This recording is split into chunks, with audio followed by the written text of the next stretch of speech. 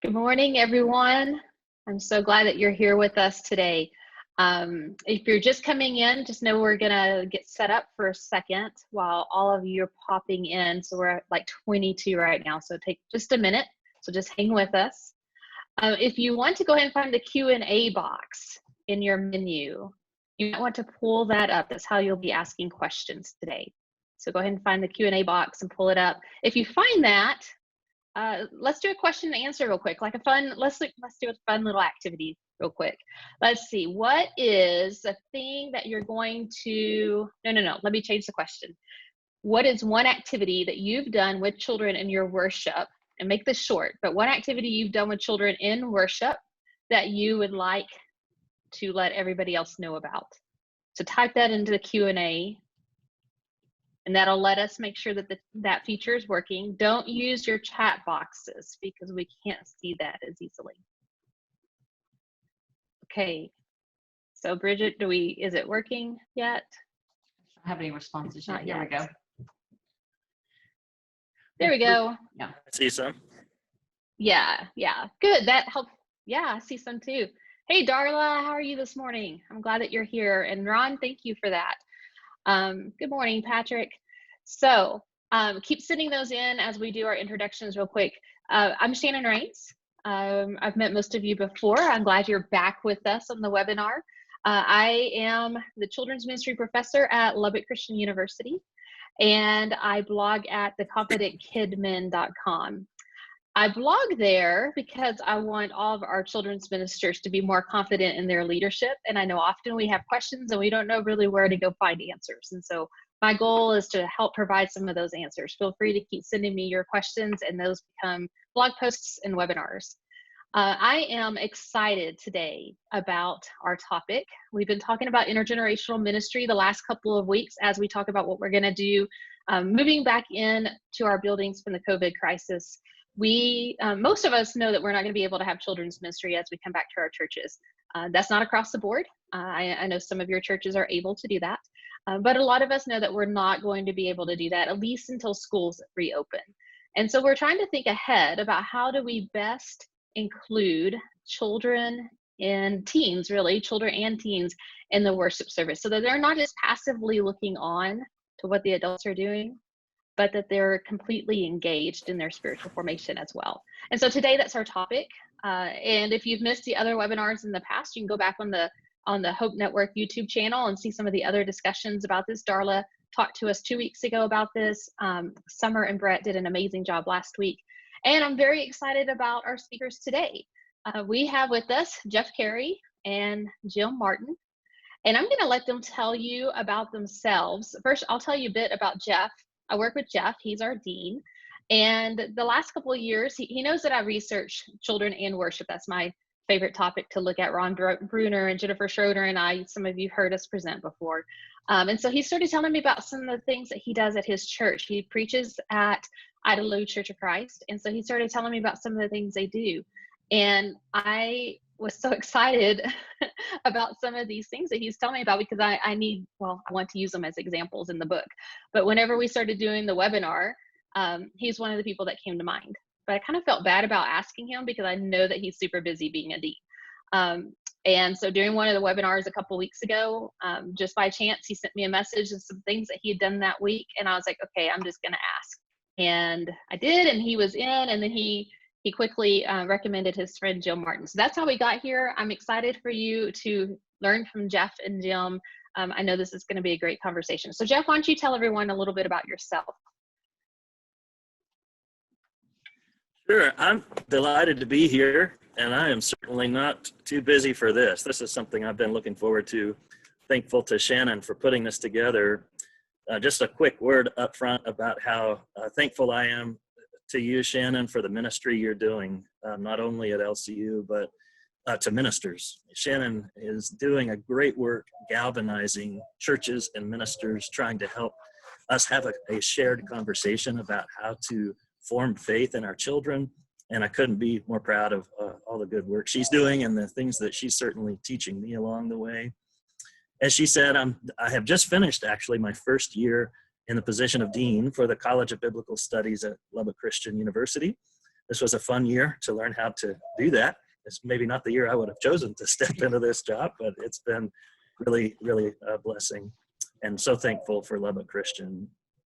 And for the last 10 years, I also teach theology at LCU, and I've been back at LCU since 2006. So I have a long history there.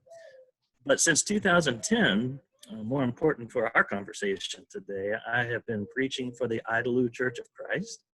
It was a church, it's right outside of Lubbock. It was a church that had dwindled down to almost nothing. And it has been a story of God reviving a little church around a small nucleus of families that decided to invest in that place. And so a church that almost died is now thriving, not just in numbers. We are about 180 now, but it is a church that is thriving in a lot of ways, cross-generationally. And so I'm very thankful. I went there to fill in for just about 3 weeks, and it stuck. So I can't believe it's been 10 years.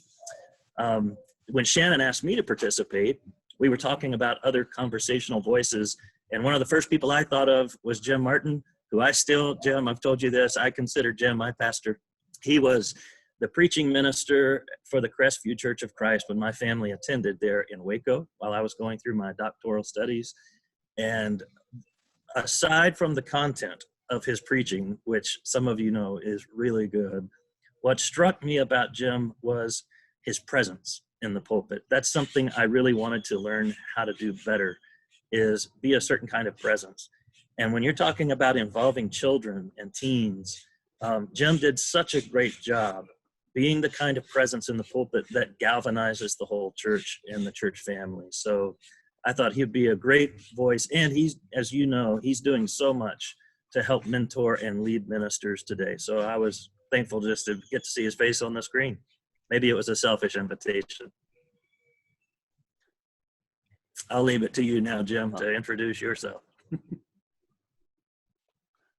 Well, I'm Jim Martin, and I live in Memphis, Tennessee, serve as Vice President of Harding School of Theology. And I just appreciate so much getting to be a part of this.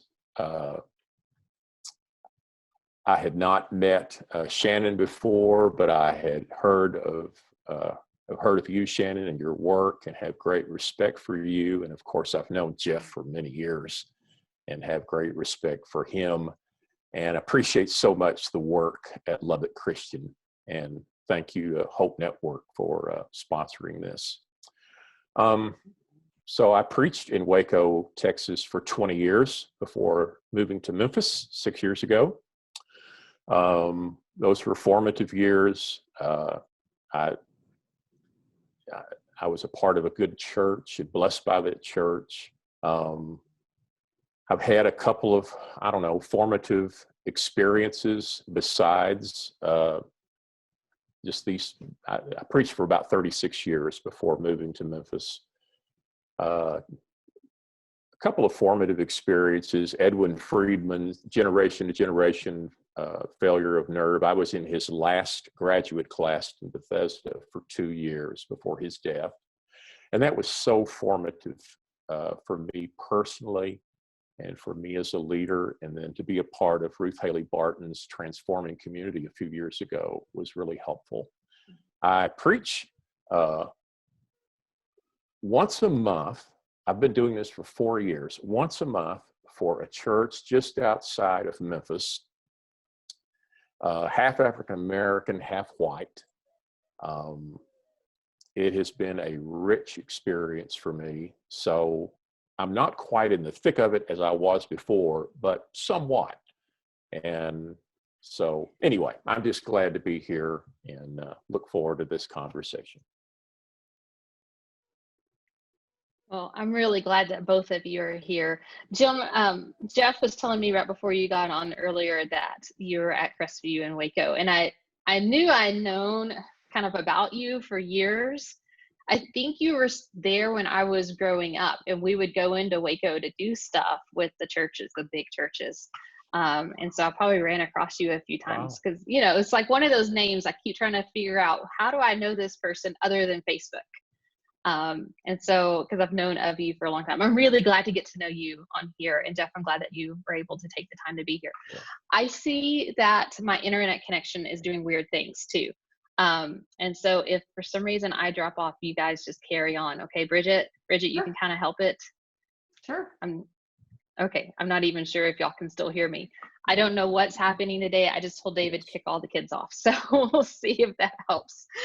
Okay, well let's talk about what you have been doing as preachers. I'm curious. So you're on here today because we're talking about this intergenerational focus in ministry.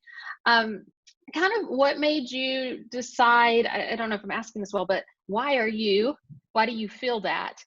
Including kids and children or including kids in worship and intergenerational ministry is important. So children and youth as preachers, why is it important to you that we include them in worship? Well, by the way, I meant to say to everybody who's attending, I'm so glad you're here and that you're interested in this conversation, and so thankful for the ministries that you're doing. And whatever I say today, I can't speak for Jim. I am not speaking as as an authority on this topic by any means. And I would be really eager to hear some comments and questions of things that you guys are doing that are successful. What made me interested in this topic, Shannon? As I reflected on this, getting ready for this, something came to my mind. This little church that I'm a part of almost died because back in the 1980s, there was a children's, you remember the Joy Bus era? There was a Joy Bus program that was started, and they started busing in kids from lower economic areas, and it was tremendously successful in terms of the numbers, and it wrecked the church because half the church thought these kids were a problem, that they were interrupting the church, that they were not well behaved, and so forth and so on. And this led to internal tension, a church split, and over time that little church almost died. The way this church revived was it had gotten down to about 30 people, and they were wondering how they were going to keep the doors open. And there were about 5 families that lived in Idalou that were driving into Lubbock to go to church at bigger churches, and they decided to meet at that little church on Wednesday nights. And those people who remained knew how important it was to have children because they hadn't seen a child in their church for 10 years. Wow. And so they rallied around those those families. That church has grown up around that. So I'd say partly I stepped into a situation whose DNA was we need kids here and we value kids because of their experience. The second thing that compelled me to pay attention to this was the research. Shannon, you'll know the source of this research better than I do. I just remember hearing, maybe it was Sticky Faith or something like that, that said the greatest predictor for whether kids will keep their faith after they leave home is, do they have relationships with at least 5 adults in the church who are not their parents? That I keep that before our church all the time. And so we try to think of ways to foster those relationships with kids. I think those are probably the 2 things that have most impacted me. Great. Yeah, thank you, Jeff. You know, Shannon, mine goes back to just when I was very small. I remember I was a part of what was then seemed like a big church. It was probably 500 people, as I remember. But I remember just going through this period where I felt pretty lost. And I think I was maybe in middle school. And there was one man who just gave me some attention. He didn't say anything profound. He just somehow always showed up. And that was very meaningful. Then later on, I noticed when I would be, this is after I started preaching, I noticed that there were adults where the kids seemed invisible, where they would talk to the other adults, never say anything to the children. And then there were other adults who were very attentive to children who were present. And all of those experiences just kind of became formative. So for a long time, in terms of how I function as a preacher, I really think about children that are in our assembly. I think about who I've spoken to lately or who I haven't. I can say more about that later. But anyway, those things begin to trigger something in me, and it caused me to be a little more attentive, I think. Yeah, I can really identify with both of these stories that y'all shared. My first ministry was at a congregation that had Joy Busway in the past. And so that still ran in the DNA for them, as well as the lessons they learned during that. And also for them, just this feeling of loss that they quit doing it. They didn't really know how to reach children after that. And of course, we've all seen that unfortunate situation of children there in the auditorium and elsewhere, and they're running around with their, doing what children do, and more of a nuisance almost to people sometimes, not everyone, but sometimes. And of course, there's safety and stuff there, but we need to love these children that God's put into our midst, but sometimes we don't know how. And I think that's part of what we have to talk about when we talk about intergenerational ministry is how, because I don't think many of us have, that heart that we want to exclude children. Just how do we bring them into our midst, into the center of worship, into the center of community? So I'm curious, when is a time that you felt like you really got it right when it came to intergenerational ministry with kids?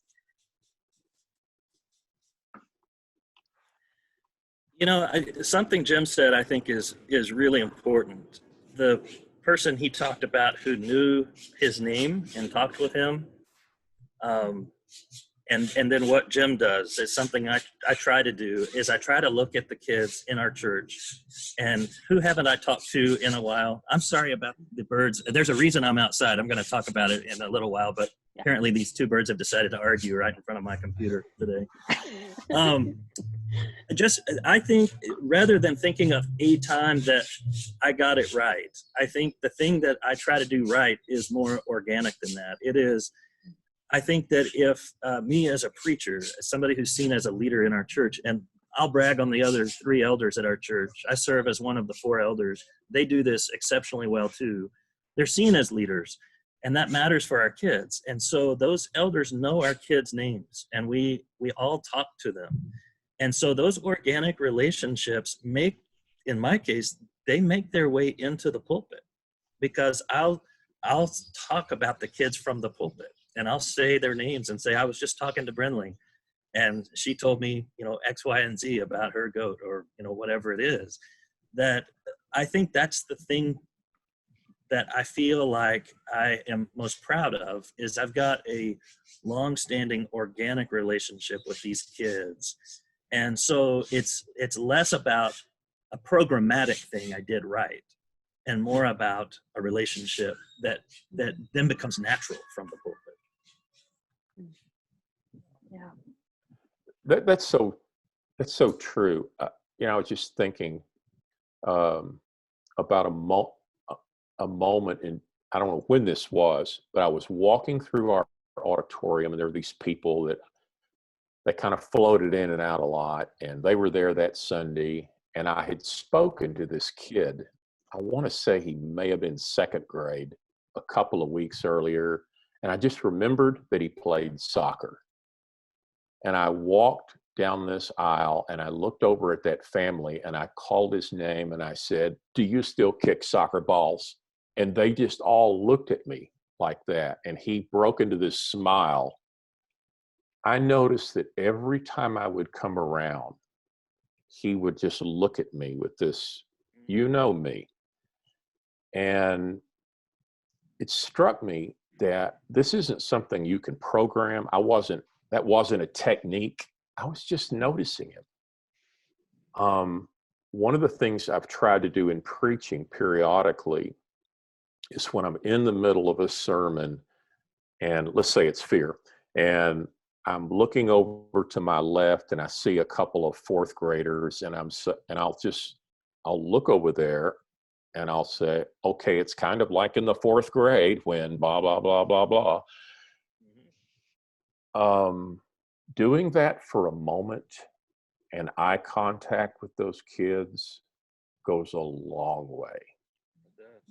And it, I've just noticed they listen differently. I could go on and on about that, but anyway, that's a response. Yeah, I think about, I love. Go ahead, Jeff. Go ahead. I think about I was my just preaching with kids in mind prior to COVID and then post COVID, because I've been trying to be far more intentional about that since I'm online. But I think I've been doing this for a while, just the kind of thing that Jim talks about, where I will try to build illustrations into a sermon that connect directly with kids. And when I can, I try to say their names. And that's one of the values of a small church. You can't do this, obviously, in a church of 1,000 people as well. But if I can pull in an illustration and say a kid's name, talk about a conversation we've had, or do things with kids in mind. So this last week, for example, the text was being devoted in prayer. Just being aware to think I may need to define this word devoted, and rather than do it with a dictionary definition, I say, Paul talks about being devoted. Devoted means to be loyal or to be committed. So kids, we usually don't have to be told to be devoted to things that come easily, like be devoted to eating ice cream, or, so I'll build these kinds of things into the sermon. The truth is, you can't preach a whole sermon every week to a second grader. You can't really do that, but you can sure make them feel a part of the family along the way. Yeah, I think about how easy it is to do some of the things that you guys are talking about. And like you said, it doesn't have to be a big program. And often, I think as ministers, we kind of gravitate towards what program are we going to put together that captures people's attention. And we all know that programs might work and they might just fall apart. But what always works, almost always, probably does always, is relationship. Relationship works. We want to be known. We want to be seen and valued. And that's what you're doing. You're finding those little ways authentically to see and value and know children. Not because you know that helps your church grow, but because you love Christ and you love kids that want to know Christ and you love their families. But I am wondering about programs. Let's talk about programs for a minute. So there's some values in programs and there's some hindrances there. We talked a little bit yesterday about this tension when it comes to ministers feeling like they need to prove their worth. And often that comes out as a program, at least as a children's minister. That's whenever I start feeling like I need to prove my worth, I go find a program that everybody can see me doing. I mean, that's just kind of that anxiety pushes me to do that. So talk to me a bit about what does it look like to embrace good habits of engaging children versus a one and done program from a pulpit minister's perspective or a primary leader perspective. And I hope I didn't put y'all on the spot with that, because I feel like I just worded a question I never told you was coming, but we did talk about this, so.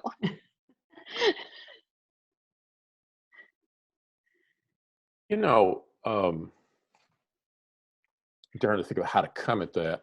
I think one thing that we can do is to think in terms of not, I know we don't mean it this way, but when you've got a lot going on and it's so tempting to kind of check something off the list, well, we did children this Sunday, let's do something else next.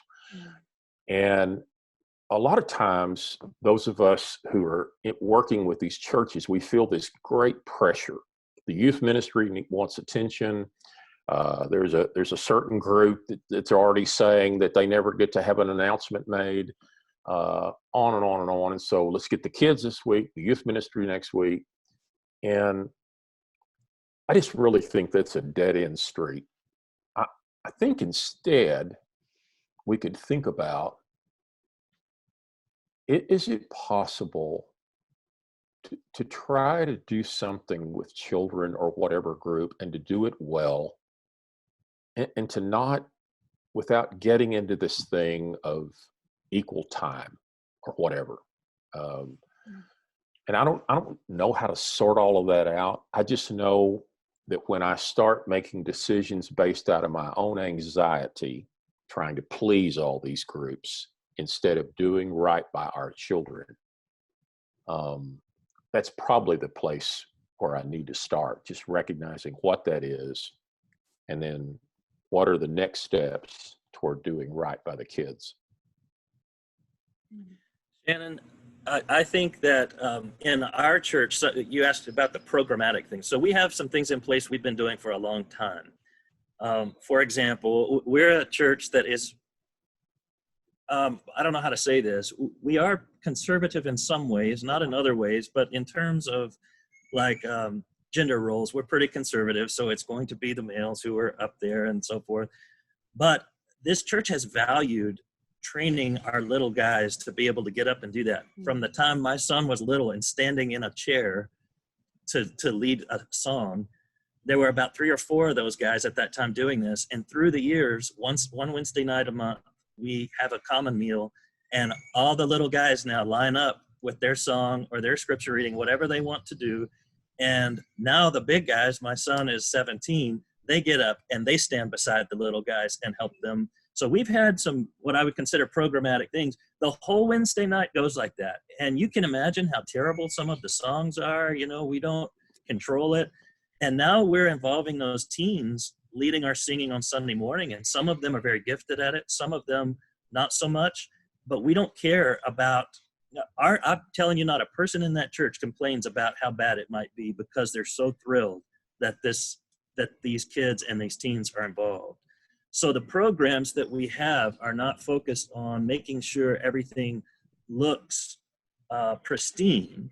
It's about letting people have a voice and share gifts to the degree that we can, you know, as I said. But there are other things, like you mentioned, how we involve the children's ministers and the youth ministers. I believe the burden falls on people like me. I'm probably the most visible person in our church because I'm up there doing most of the talking. Our part-time children's minister doesn't have that venue. Our part-time youth minister, he and his wife don't have that venue. So the burden falls on me to help them be visible in their work. So for example, I may have an idea for a sermon coming up and I want to involve our kids somehow. What I'll do is in some ways it'd be easier for me to do it. It would be more time saving for me to handle the issue myself. But I'll say, hey, Jessica, I've got this idea. I'd like to use a couple of kids in this sermon. Would you be interested in helping me coordinate this? She does it. She's glad to do it. So when the time comes, I'll say, I'm so thankful for these 2 kids who are helping me today in this sermon. So thankful for Jessica helping me to coordinate this. So I'm trying to highlight the work she's doing. Same with the youth ministry. The burden falls on me to involve them and to not make them ask for a venue where they can show people we're really doing something. I got a question for you, Jeff. So when someone asks you, when you ask someone for help, what are you trying to communicate to them? I'm trying to, are you talking about the kids or the adults who help? The adults. The adults. I'm trying to communicate to them that, our kids matter, involving our kids matter, and I would like you to help them, and your gifts matter. And so one of the things I try to do as a preacher in my preaching, not just outside my preaching, but in my preaching, I think that one of the roles that I'm called to is to help facilitate a sense of community. And that means helping people be seen, helping people know that they're a part of this family.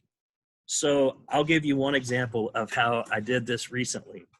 This may be when I asked my kids, what do you see that I've done to try to involve kids? They all said the same thing the first time around.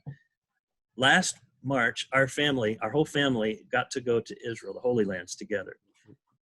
I thought I was going to do 2 or 3 sermons when I got back. It turned into a series of, I think, 33 sermons. And so I took with me files that I could collect water in from every place we went that was significant to the biblical story. And I got water from that place and I labeled it. So whenever we had a sermon about a place that included water, I would ask a kid to come up, and they would come and get that water, unscrew the cap, go to our baptistry and pour it in. And I was saying their story is our story. Their salvation is our salvation. So it was kind of a repetitious thing that we would do. One particular week, we were discussing the site where Joshua led the people in a covenant of renewal that ended with the great, "As for me and my house, we will serve the Lord." I brought back a small rock, a flat-faced rock from that site. I had my daughter, who's really good with calligraphy, write in Hebrew the words, "As for me and my house, we will serve the Lord." And I wanted to put that somewhere in our church. And the idea came to me, let's get a shadow box and let's hang it in our foyer. We did a sermon where we did covenant renewal. And if you remember the story, Joshua separates the people on two opposing hills. And I showed them a picture. You can see these hills from that one site. And they spoke to each other. So we divided the church in half. They stood on each half of the auditorium and they spoke to each other. We had this shadow box made with this rock and a statement that said, "We renewed our covenant to God on this date, in our church." Now, you could just go buy a shadow box and put it in there and do that. But I thought, let's involve our kids in making the shadow box. And I got a guy in our church who is a carpenter. For 3 weeks, he went in the children's class and they together built and stained the shadow box. And he told them this story for 3 weeks from different angles. When the day came for us to present this, we showed slides on the screen of all the kids making the shadow box with this fellow. And we hang that hangs in our foyer. So that's an example of, you don't just go to the store and buy a shadow box. You've got an opportunity to show people they participate in this family. So that's just one example. That's great. Yeah. Yeah, I love how you chose different areas or different things that you knew you would need to do to be able to pull that sermon together and found the right people to participate in it, including this is what children can do to give to this significant moment. And not because they're cute and not because we need to give the children something to do, but because this is a way for the children to participate in this church's life, in the worship of rhythm in this, the rhythm of worship in this church. I think that story just gave me chills, because that's the kind of thing that I think we all aim for, and sometimes we hit it, and a lot of times we miss the mark. But that's a moment that I could see that's definitely a success. So Jim, in your time in ministry, and you're thinking about these kinds of things like Jeff is talking about, let me back up. One of the struggles that we've had in children's ministry is, as we started talking about intergenerational ministry, when we haven't done this for a long time, not well. I mean, I say all the time, the churches of Christ have held on to intergenerational ministry in a way that most other Christian traditions have not. Yet we have not done this well. And you've seen a lot more probably changes over the years in this. How do you see that's changed in your preaching career, the emphasis on intergenerational ministry? Or has it? Maybe I'm just making an assumption. Yeah. Has it changed at all? It's probably mixed, Shannon.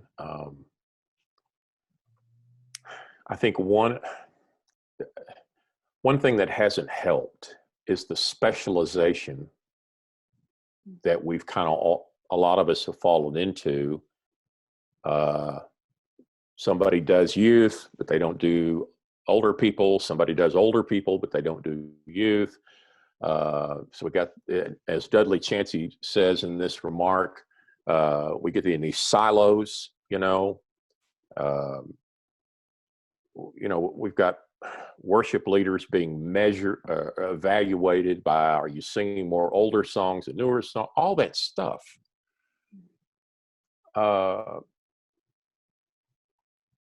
When there are rich resources, one of the things I love about what Jeff is doing in that church is he's recognizing the resources that are already there. And I'm convinced there are rich resources right in the middle of these churches we're with. One of the I've met with a number of ministers through these Zoom meetings over the last couple of months. Here's what's coming out. A number of them are saying, we've created ways for our children to minister to some of our older people, standing outside their windows, calling them. In one church, their teenagers prepared iPads for some of our older people who were not digitally competent, all kinds of things.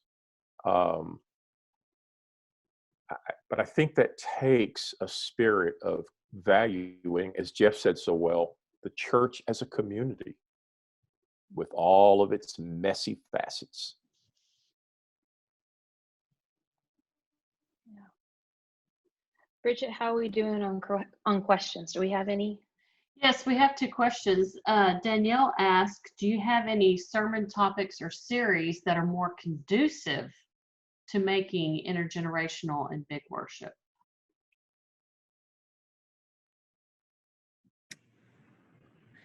The Israel sermons is the thing that comes to my mind. I told the church just about every week, I'm doing this primarily for our kids so that they know the story. It was a way for me to tell the story of the Bible. And so I said, if the rest of you get anything out of this, great. Well, it turns out those were the church's favorite, sermons ever. Any topics or series, probably not. I'll go back to me, at least. I don't think in terms of series for kids. I do, as I said, try to make the kids feel present in the sermon, whatever the topic is. And please hear me. I don't think that because of these little things I'm doing that all these kids can't wait to go to church and hear a sermon. Not by any stretch. But I just think that continually recognizing that they're there is going to be more important than whatever topic that may be tailored specifically to them. They feel a part of what's happening. I'd like to add to that. One of the things I think all of us have to wrestle with who preach is we tend to identify with people who are most like ourselves and whatever phase we're going through in life. I worked with groups of elders for years and years, as many of you have. What I noticed is their greatest concern had a whole lot to do with the age of their children. When they had kids in high school, we spent more time talking about that youth group in those elders meetings. And then when they went to college, the question, what are we going to do about our college students? When they became young adults, what we have to do as preachers is, and I think this is that I'm going back to the topics and subjects of preaching. I need to open my eyes to this wide sweep of these folks who are in front of me of various ages. And I want to make sure, for me, not so much that I'm directing sermons to children, but I don't leave them out. When I'm telling stories, something Jesus did, I just want to be conscious that a lot of these kids find this delightful, and some won't understand the story. Some of us adults don't understand the story, including maybe the preacher. But I think more than anything, just being aware of them goes a long way. But in answer to the question, I found very often telling some of the stories of what Jesus did, where he went, seemed to connect with a lot of kids. That's great. We have another question. Would you like to go with that now, Shannon? Yeah, let's go ahead and do that one. Okay. It's Wayne Atkinson is asking, describe the effort before, during, or after services to interact with families as guests or those on the fringe involving children. So what kind of efforts do you put forth there? Great question.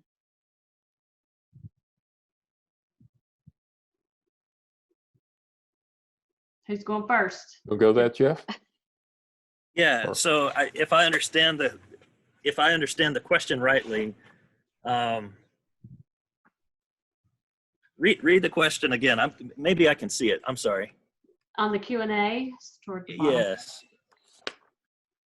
Oh, here we go.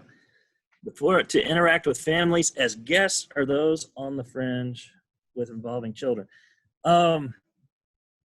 I struggle as a preacher to know, and I'm sure Jim did too.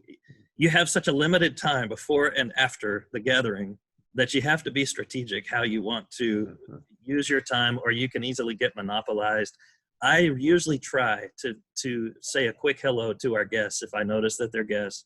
Our church does a great job of welcoming guests, and so that burden doesn't fall to me alone. In fact, there are people that are far better at it than I, so I don't feel the burden to have to carry that. People with kids, if they're guests, I always try to introduce myself to their kids, sometimes first, and ask their names. And I think we all know this, but if you get the kids, you get the parents. And this is interesting. We had a family in our Idalou community who their 5th grade son had a tragic accident with an ATV. This kid almost died.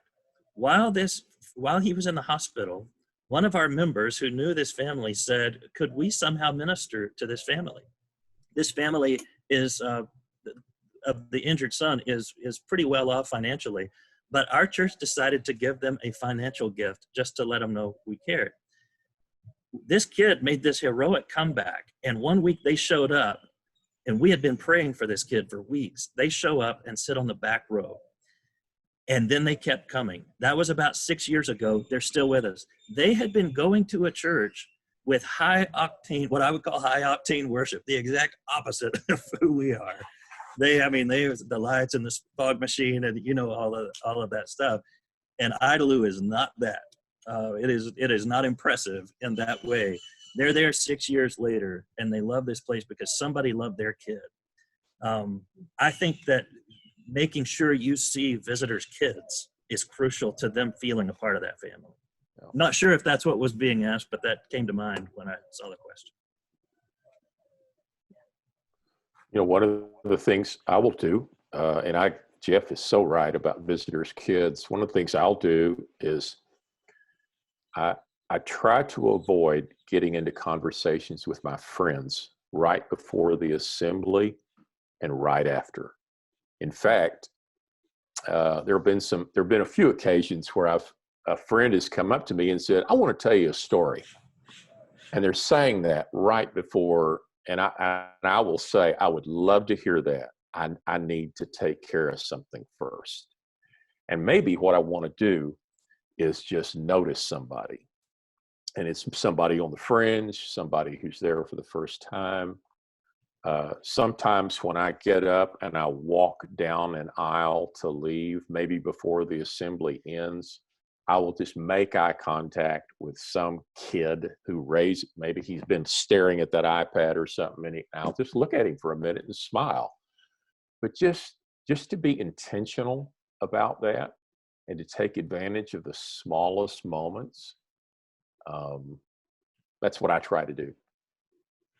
That makes me think, Jim, you talk about walking down the aisle. There are kids at our church when I'll walk down the aisle to the back who they sit on the end and they hold out their hand and I do high fives on the way back.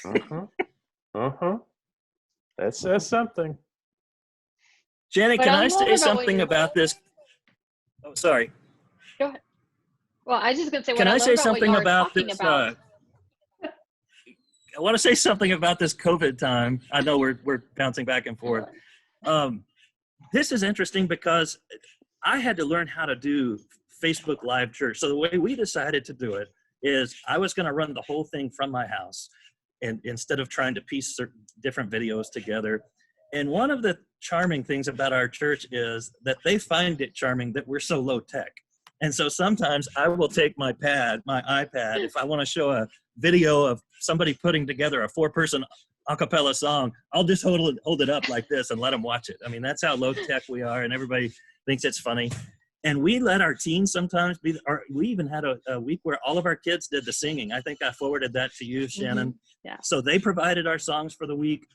And I've been trying to think of engaging ways to get this going every week. So you see that I'm sitting outside. One of the reasons I'm doing this is to show you where I've been preaching from when the weather is nice. And what I have found out is all these people are writing in saying our kids love outside church. Well, we also got a new puppy recently. Everybody in the church knows my old dog, Chewbacca. He's a little Yorkie. So the first week that I preached, I held up Chewbacca, and everybody on the church Facebook page started posting their pets that day and the following day. It turned into such a great thing that anytime somebody gets on to do a Facebook Live on Sunday or Wednesday, they're almost required to do what we call a puppy update. So we just got a new dog recently, and every week I'll hold him up and I'll say how Watson is doing. And this last week I did 2 things I learned from my puppies this week that apply to life, that kind of thing. I've also been telling a Bible joke every week to start the thing off, and I've invited our kids to email me Bible jokes during the week that they can find, and then so I'll get to read these Bible jokes and say, thanks, Brandley, for sending that in, or thanks, Bax, for sending that in. Trying to find some low-key ways to be family together and let them hear their names. And they're also, I will invite in the middle of the sermon, I will say, sometimes we're afraid of X, Y, and Z. Kids, I'd like to hear from you right now. Write in the comment section things you're afraid of, and I'll just read them as they pop up. We have found a way to be interactive in church. Now, again, it's very low key. I'm sitting outside. We're hearing birds. I'm holding up puppies. But I'm finding that it is that very non-institutional feel that our parents are saying our kids really like this. So I'm wondering, how do I take some of this back into the pulpit? I've been more intentional rather than less intentional about involving our kids. And I think this COVID thing has really given me an opportunity to think more carefully about this. Yeah. So much of what you both are talking about are very simple actions that anyone can take. A preacher doesn't have to feel like they're gifted at teaching kids to know a child, to give a child a high five, to find out what a child might like. They probably have a child in their life, so they probably at least know, what children like and what they like to do. As you're telling the puppy story, one of the things that comes to mind is how often I'm sitting in a circle with kids and we're praying, and we start doing our prayer request, and they all want to pray for their puppy or their dog that died, and is my dog in heaven, and all the different animal questions that you can come up with. And people talk about, how do you help kids be more spiritual, because all they want to do is pray for puppies. That's God's creation they want to pray for. I mean, what could be more spiritual than praying for this part of creation that God's given someone to bless them? And then to hear how you're bringing that into your conversations with kids and with your church. Instead of looking down on kids for their puppy prayers, like some people tend to do, you're saying, hey, this puppy is great. This puppy is something God gave us. This puppy is something I can learn from. I mean, what kid would not like that conversation? What adult doesn't like that conversation? Probably one out there doesn't, but most of us would love that conversation. And I'm curious, what have you seen in churches that works? I mean, if you were to give advice to preachers about what works and doesn't work, what do you see? Well, one of the things that's really heartwarming to me about this conversation is I think what works is this simple. And so often we want to embrace more complicated methods of ministry. We want to embrace programs where people see what's going on, and people, we give all these resources to parents and to church members. We're like, here, take these resources and use them. And we miss the simplicity of the gospel. We miss the simplicity of being family together. And as far as what I see that's working, I think what I see that's working really is what you're talking about. But we're trying to kind of get over this little hump of everything that we have to put together. There's got to be some kind of program somewhere. If I could really help ministers feel this passion I have about it, and you guys are doing a great job doing this with your conversation today, it is that idea of just step out into the opportunities that God has already given you. Now, yes, you can bring, and I believe strongly, you need to bring kids in not just in a way that they can participate in worship, but also in opportunities to lead worship. And Jeff, you've talked about this some, just like the video you sent me last week of the kids singing together that you played, and that was a worship video. They led worship through that video that day. We find ways to say to children the same thing y'all been saying about adults, but they say to children, God's gifted you. And this is the gift that God's given you. The Holy Spirit lives within you, and we want to help you use this gift. We want to provide space for that. Yeah, they have a lot of maturing to do, and they have growth to do. That's why we come alongside as mentors. That's why we walk this journey with them. We don't need to stick them off in a corner in some other room of the church building under the guise of age appropriateness, which I, as a children's minister, I've done many times, so I'm not looking down on that. But we lose a lot when we stick them off into a corner and we say, we're going to do something age appropriate for you. And we forget that spiritual formation happens in community, and it happens by being with others that are in different places in their faith journey. And I could probably say way more than I should on this webinar about that. But I really appreciate you both as preachers looking for those simple ways to include children. So I'm curious about, let's take a minute. Let's see, how long do we have? Oh, we don't have long. Okay, I'm gonna pose this one question, and I want y'all to have time for parting words and parting questions. And actually, let me do this one thing before I forget. Our friend Dudley's on the line today, or he's listening in, Dudley Chansey from Oklahoma Christian, the youth ministry professor. And he shared this website. I want to make sure that we share it. He says it's a Catholic website. So yes, we're not going to all agree with everything that's on there. It's okay. We can just acknowledge that up front. But lifelongfaith.com. Write that down. I'm going to be visiting it afterwards. Y'all might want to go visit it too. I like to get good resources out there to everyone. So Dudley, thanks for sharing that. Okay, let's talk about this relationship between pulpit ministers and children's ministers for a moment. And I'm going to speak from a children's minister perspective because I know some of the difficulties that we face, and coach me through this as, I guess, as pulpit ministers, if that's fair. Often children's ministers feel that they have ideas about what they would like done in worship. And Jim, you touched on this a minute ago. They have ideas about what they'd like done in worship, but they might be scared to bring that up to their pulpit minister or to their primary leaders, whoever that is. Sometimes it's an executive minister. So they might be feeling a little awkward about bringing that up. They might feel dismissed. Some have great teams, but a lot of times there's this feeling of angst of I asked for things to be done, and it's just like they just say, go take care of the kids, you know, we're good, we'll do our thing, you go do your thing. And so there's a strained working relationship. From a pulpit minister perspective, and I know this is you and everybody's different, but what would you say to a children's minister, or how would you work through that situation with the children's minister so a team could be formed and not these two siloed positions, but a real team? Just at first blush, if anyone is approaching me and they felt like I was being dismissive, that's a problem. Whether they're a children's minister or anybody else, that's just not appropriate. And you know, I'm sitting here thinking, I hope I haven't done that. But it is that would be a problem. That's not. It's kind of back to the word that was mentioned. This is not my silo. Preaching is not about creating the perfect sermon and you go do your thing.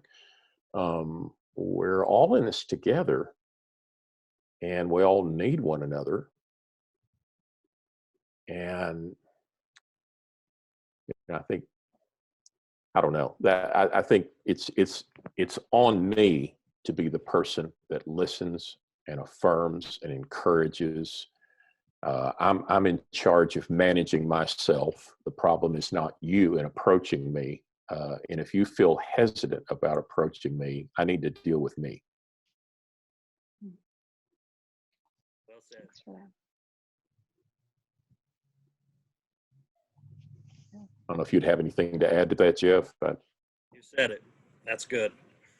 Yeah, I love that. I think also from my perspective, have to check that emotion too. I have to check that emotion. If I'm feeling like just like you said, Jim, it's not just the pulpit minister needs to check their selves and ask themselves if they're managing themselves well. So does the children's minister or the youth minister or whoever that tension's in between. Sometimes there's a perception that a person may not want to work together as a team, but that perception is really not reality. It's just we're bringing in this kind of emotional baggage to it, or maybe even something that's happened outside of somebody's life and they're still bringing it into that relationship. So I think there's a bit of acknowledging that fact and then sitting down together in humility and having a conversation. The reason I bring this up is because in my circles, I talk a lot with children's ministers that struggle with this particular issue, and just feeling this tension and not knowing how to talk to their pulpit minister.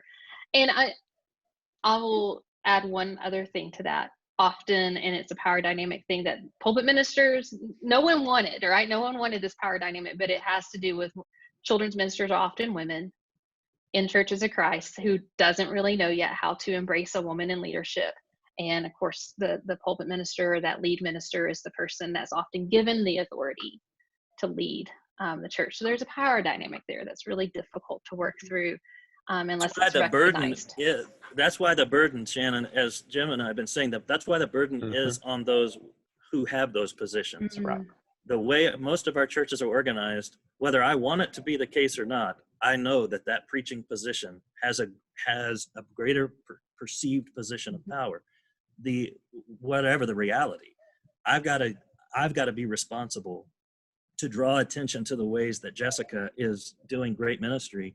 And honestly, I try to draw attention to the way she's doing the invisible things. Because if I were talking to a children's minister, I would say to them, I think you can do much more effective ministry by paying attention to one kid at a time, writing cards, calling that kid, than you can any visible program. Invest yourself in those things.